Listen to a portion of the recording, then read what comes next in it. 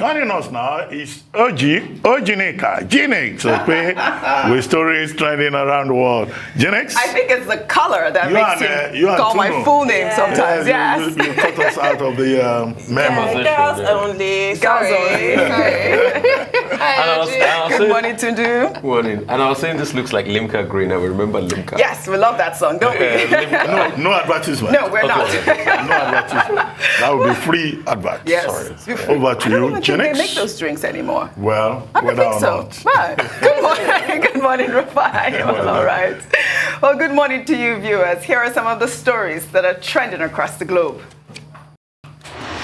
In the United States, 72-year-old Thomas Welnicki of Rockaway Beach, New York, was criminally charged on Monday with threatening to kill former President Donald Trump, who he says is a threat to democracy and who he referred to as Adolf Hitler, according to the criminal complaint. Welnicki told Capitol Police in July 2020 that if Trump lost the election and refused to step down, he will acquire weapons to take him down and 12 unnamed congressional supporters. And U.S. Mint announced on Monday that it has begun shipping out the first quarters featuring trailblazing American women, beginning with poet, writer, and activist Maya Angelou, who has now become the first African-American woman to appear on the quarter. Angelou is depicted on the coin with her arms uplifted. Behind her are a bird and the rising sun, which were inspired by her poetry, and it's symbolic of the way she lived. In Brazil, Andrea Midonka, a survivor of the cliff tragedy that killed 10 people on Saturday, January 8th, revealed that she had warned her boat captain about pebbles falling in the water from a massive rock before it fell on top of several tourist boats in the state of Minas Gerais. But the captain reportedly shrugged it off. At least 32 people were injured in the incident. Authorities are still working to identify the dead.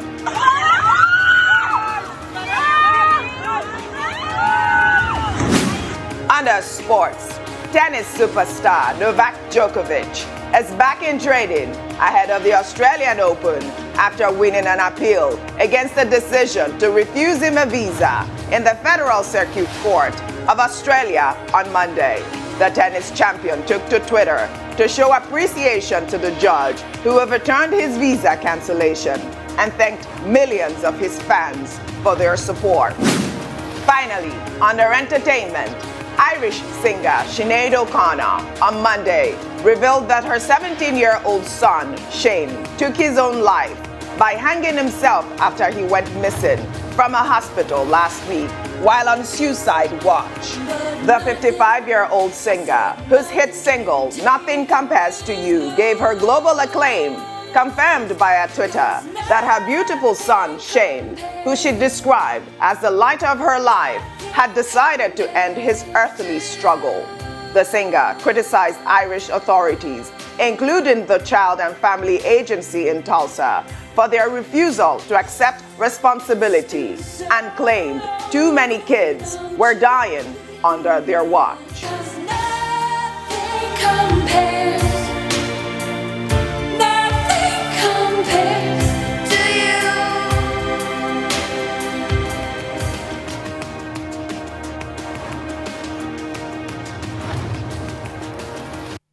Oh, may his soul rest in peace. Let's begin what's trending with reactions trailing comments made by Asiwaju Bola Ahmed Tinubu, a former governor of Lagos State who on Monday declared his presidential ambition to President Muhammadu Buhari, while fielding questions from reporters after meeting with Buhari at the presidential villa. Tinubu said he would pursue his ambition without the title of a kingmaker because there is no rule preventing a kingmaker from becoming king unless you commit murder. Well, let's take some reactions. Asiwaju Bola Tinubu, as a typical Yoruba man, should know better about this comparison, in as much as he has every right to contest for the post of the Nigerian president.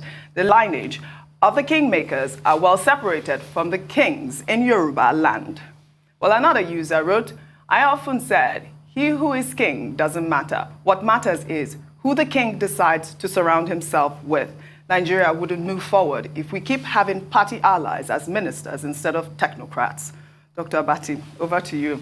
I wanted you to discuss that first tweet that I read out about kingmakers and the title of a kingmaker in Yoruba land. Well, I mean, the people who refer to Asiwaju Bola Ahmed Tinubu as kingmaker, they may also have in mind the title of a godfather. And in many respects, apart from being governor of Lagos State, he emerged as a godfather in Nigerian politics in his own part of the country. And when he joined the process of creating the All Progressives Congress, he became, a kingmaker at the national level. And there is a lot of evidence that you can, adduce in that regard. So when people say, oh, he's the kingmaker, they mean he should just stay in the background and continue to support people to get to positions.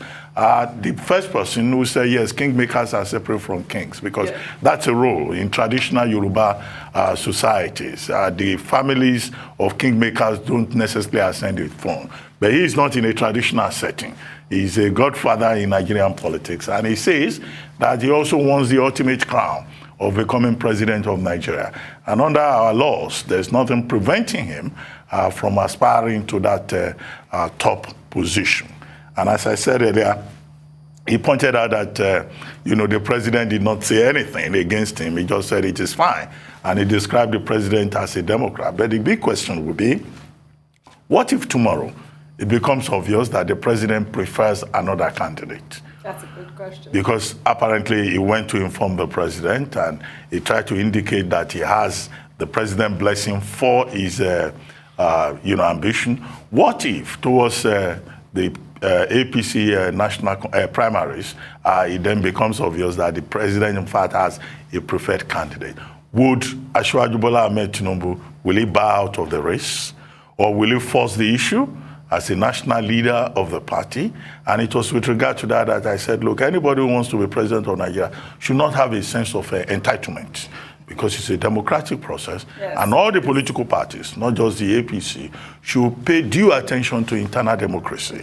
Because in the 2019 general election, one of the fallouts was INEC complaining about the abuse of internal democracy processes. And in 2015, some people raised that issue also with regard to the People's Democratic Party. So if everyone plays by the rules, whether you're a kingmaker who wants to become king or not, well, at the end of the day, let the people of Nigeria decide. Yes, there are a lot of comments and reactions to this declaration, or what we would call it, I don't know, because he's saying that he's not told the Nigerian people yet. But I'd like that second tweet where we want to see more technocrats ruling Nigeria at this point. Well, that's always been the argument, that that's what we need. But is that what happens? Because they don't have the grassroots appeal. The people on social media, the Twitterati, with their hashtag activism that don't bother to get their PVCs, those are not the ones that win elections. And we've seen it many times. People fall flat on their faces in spite of a massive social media following. It is people at the grassroots. So the technocrats need to connect with those people, or you need to get that rare individual who is both a grassroots politician and has the intellect, the intellectual clout of a technocrat. That's a once-in-a-generation type of a person. Right. Truth has to be said. There are no polling units on Twitter. Facts. And we have to tell ourselves the truth. It's the basic truth. And most importantly, apart from all the talk and noise and hype on Twitter, what will happen, and people that decide elections, that market woman in Oyigbo and Lagos Island. Right. And it's how well you can connect with them. He's declared his intention. It falls on him to be able to convince people across board. And he has a right to declare, I don't buy this kingmaker and all of that, no. At first, is he a Nigerian citizen? Yes. Can he get into the race? Yes. But the most important question is, what is the need for Nigerians in all of this? And that's why the political conversation should be about the issues, not the drama.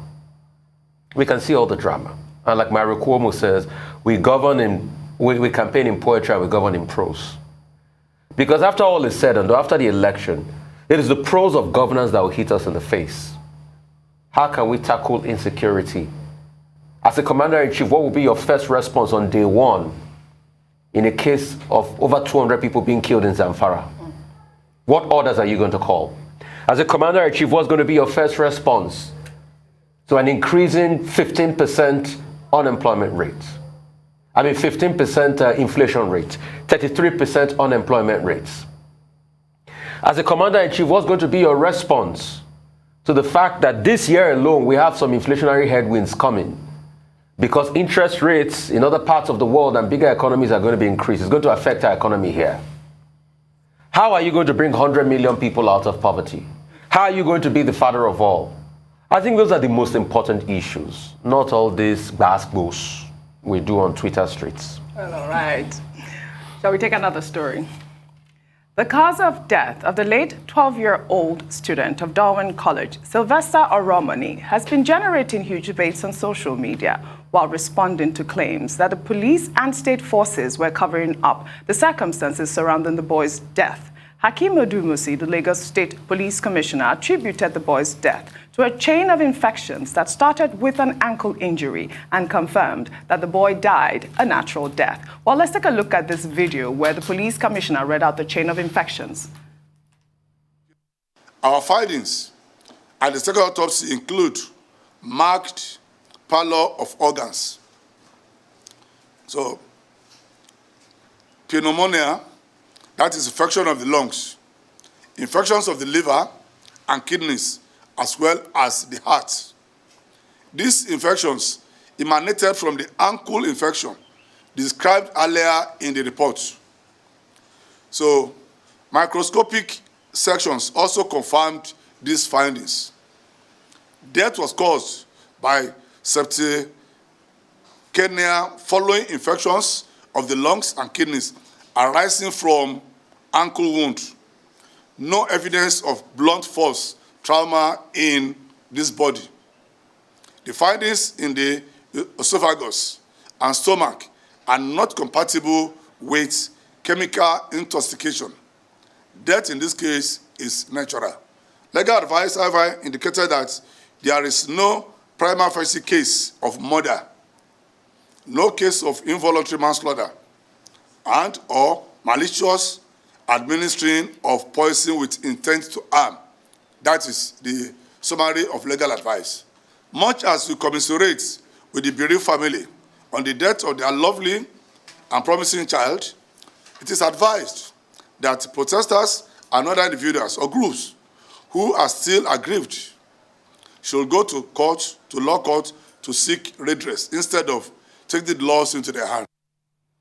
Well, I guess this ruling, this autopsy has ruled out the fact that, that video or that statement that we had from the family members claiming that he actually died from chemical intoxication. I guess it has ruled that out, but I don't think that the family will rest.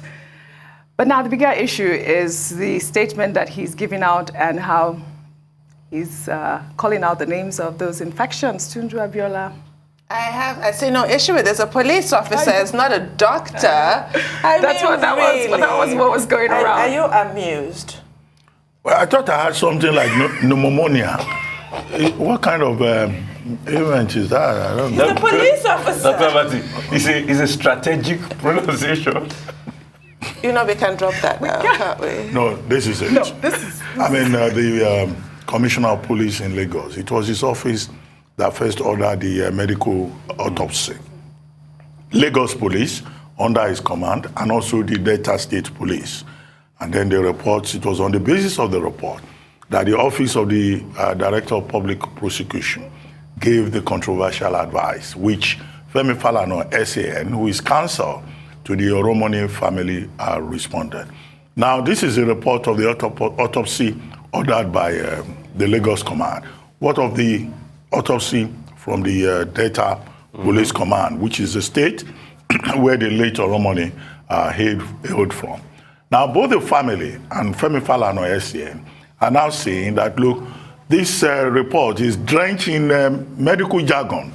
And so Falana has been vindicated in this regard, because I was hearing skeptia, I was hearing all kinds of things that we may not understand. Sepsis. Now, and the council is also saying that key to the investigation was what Falana SAN called a toxicologist report and that the Lagos State government had asked for that, the Delta State government had asked for that, and that neither in Warri or Asaba or in Lagos do we have a toxicologist who can investigate poisonous substances. I found that claim a bit strange. So, counsel to the Oromono family now says the DPP will be summoned to appear before the coroner inquest, and that the matter had not ended yet, and that there will be further investigation. So let's see. It's a developing story because the family insists that they will still go ahead. The father of the deceased has also said he's not going to bury the corpse until justice is done. So, but it's okay that the Commissioner of Police in Lagos did not go as far as saying that those persons who have been protesting in front of Dowen College in Lekki, that if they try to protest again or they try to have any procession, that they will be arrested because they also have the right to express an opinion. Fortunately, it didn't go that far. Unfortunately, it didn't say this matter is closed on the orders of the Commissioner of Police. I just can't get over the fact that this child has died and his body has been subjected to autopsy upon investigation. It's extremely distressing. Cannot even be laid to rest. So there's an update. The update was, I think yesterday on Newsday, one of the doctors that carried out this autopsy was live with a representative from Dowen College. This was their argument.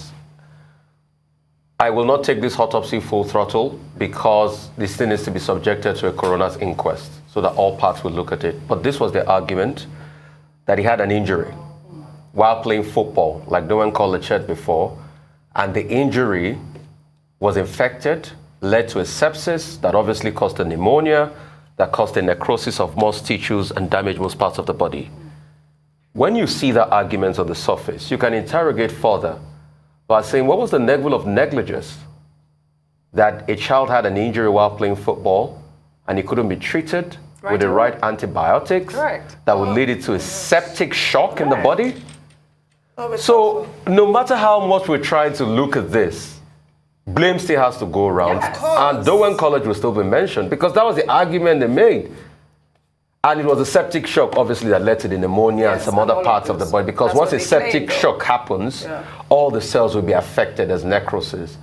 But on the flip side of it, she also said the marks around the mouth was a hemorrhagic rash. Because once a septic shock is in full swing, you definitely have a hemorrhagic rash around the mouth. And there was not a case of any substance they saw in. But the Romanis family keeps saying that there's a substance and the boy was bitten. They talked about other scars seen. They said they even examined the tissue. They went deep and they took a histology of the tissue. They didn't see blunt force and the likes. All of this is their account. There has to be more rigorous investigation.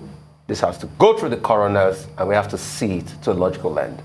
But based on their logic, I would interrogate further by saying, how did the child have an injury on the football field? I'm a good footballer. How would the child have an injury at the ankle and we left the wound in such a way to be infected before a septic shock occurs? That's a big bacterial interplay. Absolutely. And it's a deadly stuff. Absolutely. So we'll see how this pans out. Be sure we'll stay on the story. We are staying on the story. May his soul rest. May his soul rest in peace. We'll take our final story in Kano State, where the government has allegedly banned men and women from swimming in the same pool.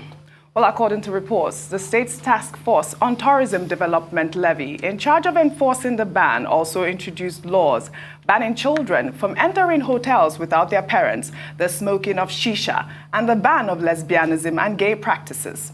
The chairman of the task force committee, Bafa Baba Dan Angudi, stated the laws while briefing newsmen on Monday after meeting with the owners of hotels, restaurants, and event centers in the state. He also informed the hotel owners of a new levy by the state government that will help in sanitizing their businesses for the purpose of avoiding acts of prostitution in the state.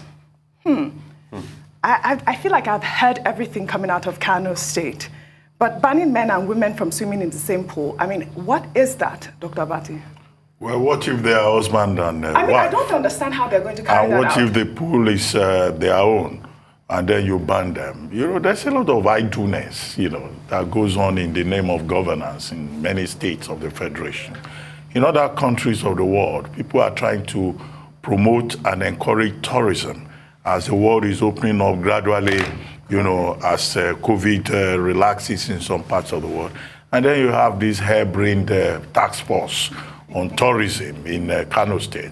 One would have expected, with all the cultural heritage and resources in Kano State, that the preoccupation of any task force will be to promote tourism and culture, and not to turn a government department, because this is not ISBA, this is a government department, to turn it into an extension of ISBA. They need to be reminded that the Constitution of Nigeria does not encourage, allow, or accommodate any state of the Federation turning a particular religion into state religion. So if people who go to the hotel, in any of the hotels in Kano, if they are Christians and they are husband and wife, so you say they cannot swim together because, some fundamentalists are in charge of the government of Kano State, that would be a violation of the fundamental rights of the persons involved. Absolutely. And then, of course, Kano State government, out of all the major issues, that what's the name of that governor again? Ganduje. Ganduje. Yes. Okay. Some people call him another name. I don't remember. Well, I don't remember that. Out of all the serious things that he could focus on, is chasing children up and down, creating a family monitoring unit on tourism. And then they are imposing levy on hotels, event centers, and restaurants. All of that also, could have implications for those businesses, for employment in the state. But as it is, not enough rigorous thinking takes place in many of these government departments. A question again about the quality of persons that we recruit into positions of privilege in the corridors of power. Audrey, I have a quick question to ask. Sure. What if a man is a lifeguard and a woman is drowning in the pool? Okay. That's she's going to drown. She will drown. She will have to drown. Yes. Whose bright idea was it to allow Sharia law in Nigeria in the first case? Oh, I remember. It's a slippery slope. Once you start that, this is where you end up with this kind of completely ridiculous measures. To scrap it out. Yes. It's uncalled for. Well, thank you all for your beautiful analysis. If you guys are going to share a memo tomorrow, let's have it. We will. We'll share it on the group. That's all I have for you on What's Trending today. I'll see you tomorrow.